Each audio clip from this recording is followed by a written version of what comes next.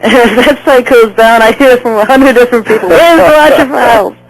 And the blogger, the daily blogger, I never miss that. Yeah, that's really getting big. You know what? I started copying and pasting it over to the Watcher Files from the Shriners site, so people can just read it there too. Mm-hmm.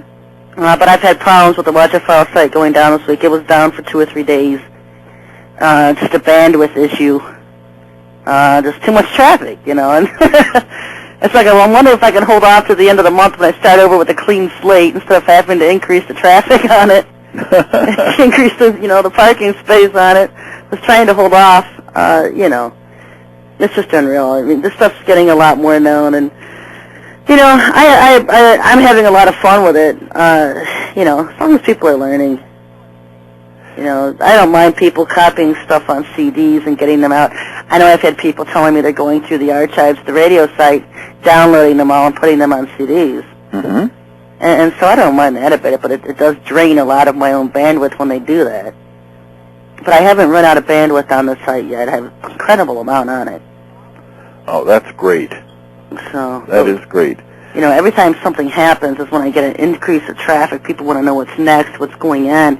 And this is one of these lull weeks where I'm just watching. I'm just sitting and watching. I started to think, I don't know what you've been paying attention, this Bush and Rumsfeld indictments coming down. Mm-hmm. And it just looks, I don't know. You always want to be a little bit optimistic. You always want to leave that. Maybe they're really going to get them this time, Mm-hmm. And then it starts playing a script, and you're like, oh, this is all charades. And that's what it's starting to feel like. It's all charades. It does feel like that this time. Yeah. And I was, I'm just working today, and that quote from Roosevelt came back to me. I even have it on my Watcher File site. If something happens in politics, you can bet it was planned. Oh, and he would know, too. He was so powerful for so long and knew so many people at the highest levels. I think he was probably one of the most insightful, besides Eisenhower. Mm-hmm. Those 2 presidents alone had the most knowledge than out of any of them, I think, because the whole alien agenda started back with them. The whole creation of our intelligence agencies started back with them. Mm-hmm. I mean, they were really at the root of this entire, if you want to go back at the very beginning, it's those 2 men, Eisenhower and Roosevelt, and that whole era there. And I don't think any president since then has had as much knowledge as those 2 did, because they keep all the stuff from the presidents. They do. The kind of power that they had belongs to a time past. You just don't see that today. Yeah, you don't see it today. I remember when Clinton went into office, the first thing he wanted to know, and probably the same as all of them, Reagan did too, was, they want to know about the alien presence and UFOs. And of course, our shadow government, the military organizations behind the scenes, don't give them all that information. They keep it from them. Mm-hmm. I know a lot of people think that when a president becomes president, that he's privy to all of the information of all of our operations and programs. And that's not true, because the way they see it, the presidency is a revolving door. There are a different man in office every 4 years.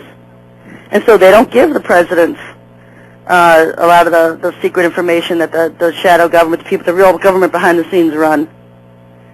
And so they pretty much be in the dark as much as anybody else. People with real power try very hard to keep their names out of the papers and their presence unknown to the public. Yeah, and they do. They don't want to be known. They don't want their name popping up. They like to sink in the background and not be bothered. Mm-hmm. And those are the ones that are really the controllers, the ones really pushing the scenes.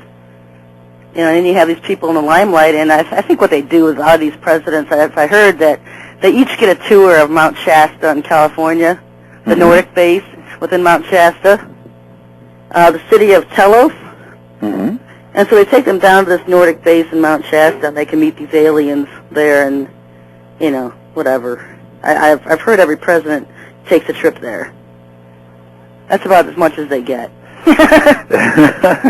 It's really got to shake them up if they're not expecting that. Yeah.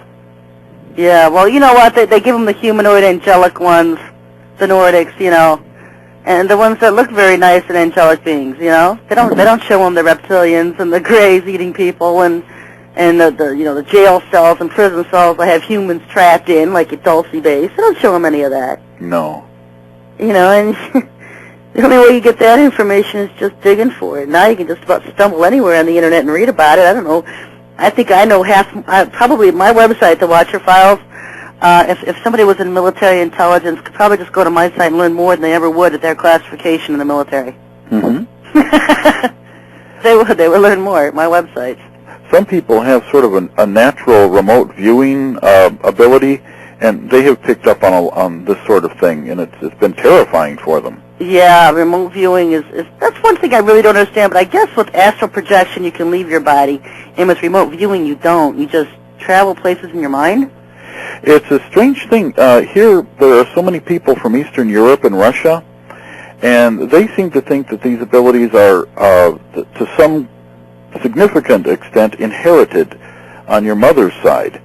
Huh. And sometimes you'll run into someone who has just exceptional telekinetic or other unusual abilities, and almost invariably they'll say, well, that was from your mother or your grandmother's side.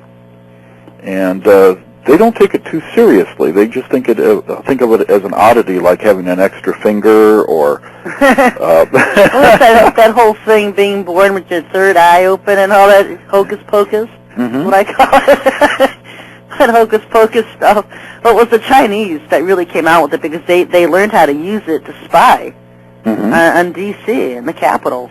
I mean, they can sit in our board meetings in their spirits. Of course, you can't see them physically. No. But they can spy on meetings that way. Sometimes people will sense that there's something in the room. Yeah, but they think they're crazy or whatever. And you can feel, I don't know, the New Age calls it an energy, a change in the energy. I don't know how else you turn it, but you can feel when someone's there. And that's what they call it, it's an energy field change. I don't know how else you say it without sounding New Age, adopting how they term it. Because you can feel if you're a Christian, you can discern evil all of a sudden coming into a room.